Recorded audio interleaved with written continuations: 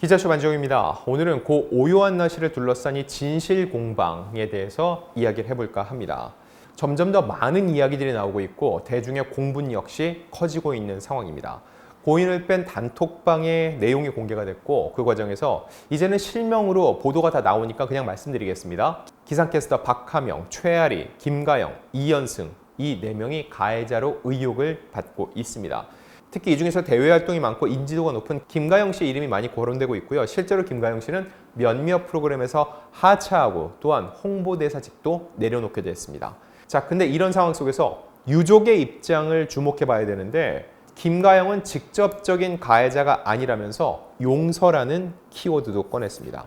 저는 꽤 의미가 있다고 봅니다. 지금 이 시점에 유족 입장에서는 정말 한이 맺혀 있죠. 그리고 이거를 단순히 감정 표출이 아니라 법적 절차, 민사소송이 들어가 있고 법적으로 정확히 시시비비를 가리고 책임을 묻겠다라는 입장을 표명하고 있습니다. 그런 상황 속에서 용서라는 키워드가 나왔다는 게 전 굉장히 의미심장하다고 보고 있습니다.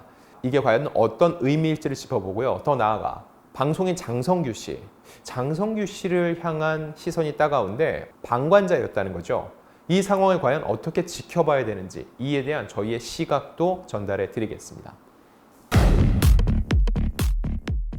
자, 유족 측의 새로운 입장입니다.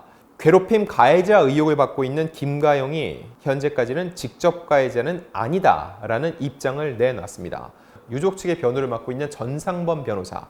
민사소송은 한 명에 대해서만 소송을 했다. 직접적인 가해자가 아니라면 용서를 구한다면 유족들은 마음을 열 준비가 되어 있다라고 밝혔습니다. 용서라는 키워드가 나왔죠.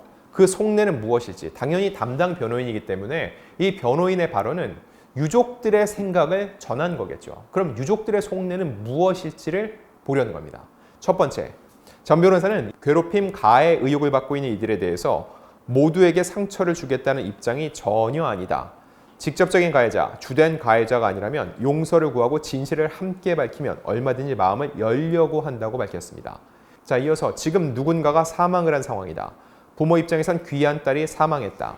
그럼에도 불구하고 이 일을 통해서 잘못하면 불똥이 이상한 곳으로 튀어서 가해자가 아닌 사람도 가해자로 둔갑될 수 있고 정말 방관자에 불과한데 방관자를 넘어서 주된 가해자로 오해받을 수 있는 상황을 우려하고 있다. 필요에 따라서는 마음을 열면서 앞으로 진실을 함께 밝혀나갈 그럴 자세가 되어 있다고 강조를 했습니다. 부모 입장에서는 억장이 무너지죠.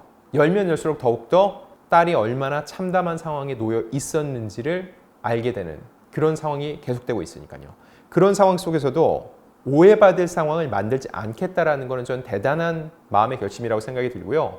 즉 잘못의 크기를 재겠다는 겁니다. 이게 왜 그러냐면 결국 법이 그렇거든요. 법이라는 건 뭉뚱그리는 게 없습니다. 정확히 그 사람이 한 행위, 입증된 행위에 대해서 법적인 잣대를 들이대서 그에 적합한 벌을 준다는 거죠. 자, 그리고 주범, 공범, 방조범이 다 다릅니다. 그들은 무엇이냐에 따라서 형량이 달라져요.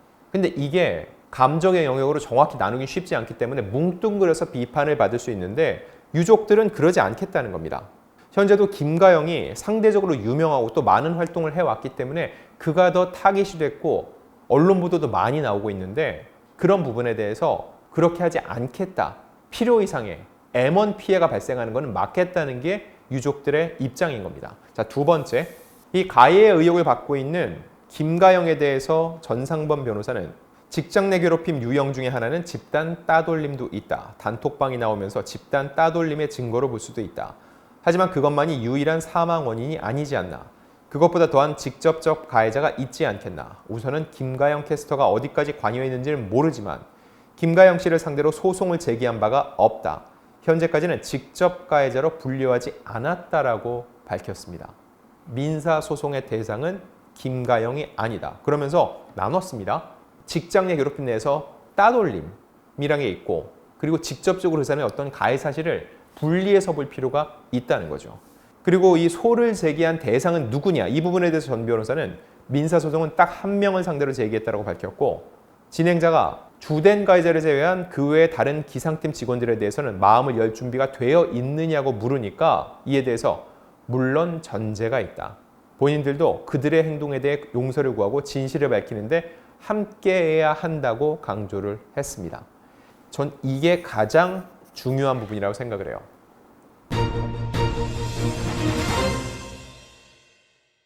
결론을 말씀드릴게요. 여러분, 죄수의 딜레마라는 얘기 들어보셨어요? 물론 지금 가해 의혹을 받고 있는 이들을 죄수다라고 얘기하는 건 절대 아닙니다. 저는 죄수의 딜레마라는 그냥 가설을 말씀드리는 거예요. 이게 뭐냐면은 두 명이 있어요. 두 사람이 분명히 잘못을 저질렀고 두 사람은 지금 다 부인을 하고 있습니다. 근데 둘을 나눠놓고 얘기를 해봐요. 그럼 얘기를 하겠죠. A에게 진실을 얘기해. 네가 진실을 얘기하면은 너의 잘못을 반으로 감경해줄게. 대신 네가 끝까지 부인하는데 저쪽 B가 사실을 실토하면은 너는 가중처벌을 받게 돼 있어. 근데 이 얘기를 B한테도 똑같이 합니다. 그럼 그때부터 이들은 고민을 하겠죠. 둘이 똑같이 그런 일 없어요 라고 하면은 말이 맞는데 분리해놨으니까 상대방이 어떤 얘기를 하게 될지 모른다는 겁니다. 그러면 내가 진실을 토로하고 용서를 구하면은 죄를 반으로 줄일 수 있어요. 그럼 어떻게 될까요? 딜레마에 빠지게 되는 거죠. 이게 죄수의 딜레마인데 저는 지금 유족 측 입장에서는 변호인을 통해서 법적 조언을 받고 있죠. 바로 이 부분을 활용하는 게 아닌가 생각이 듭니다. 왜냐하면 저희가 앞선 영상을 올렸는데 거기서 이런 내용을 말씀드렸습니다. 단톡방 내용으로 처벌이 가능할지 여부를 두고 이게 무조건 처벌이 가능하다고 단정 지을 수 없다고 말씀을 드렸습니다. 왜냐하면 처벌을 받게 하는 것도 중요하지만 정확하게 처벌을 받게 하는 게 더 중요하거든요. 이 과정에서 누구라도 조금이라도 억울한 일이 벌어지면 안 된다는 겁니다. 근데 법은 그렇게 해요. 법은 한 명의 억울한 사람을 발생시키지 않기 위해서 9명이 풀어날 수도 있다는 판단도 합니다. 즉 10명 중에 1명만 죄가 없는데 그 사람을 못 가려내면은 죄 없는 사람도 벌을 받을 수 있다. 이 경우에는 법을 최소한의 범위로 적용시킬 수밖에 없다는 겁니다. M1 피해자를 발생시키지 않기 위해서. 그리고 이는 억울하게 유명을 달리한 오요한나의 유족 역시 저는 지금 비슷한 마음을 갖고 있다는 생각이 듭니다. 직장 내 괴롭힘은 입증이 쉽지 않다는 거죠. 따져야 될 것이 너무 많아요. 저희가 앞선 영상 내용 살짝 간략하게 말씀드리면 업무상 과실치사, 이거는 성립되려면 업무상 주의 의무가 있어야 되는데 그 부분에 대해서 해당 혐의가 입증되려면 고인의 죽음과 업무 사이의 인과관계가 명확히 확인이 되어야 된다는 거. 스토킹 처벌법, 이거는 행위가 지속적으로 반복됐는지 피해자가 거부 의사를 명확히 드러냈는지 이걸 따져봐야 된다는 거. 단톡방 대화, 무작위 다수가 있는 방이 아니라 개인적으로 몇 명이 모여 만든 카톡방에서는 단순한 욕설만으로는 처벌이 어렵다는 판례가 있다는 거죠. 이렇기 때문에 너무 판단할 게 많아요.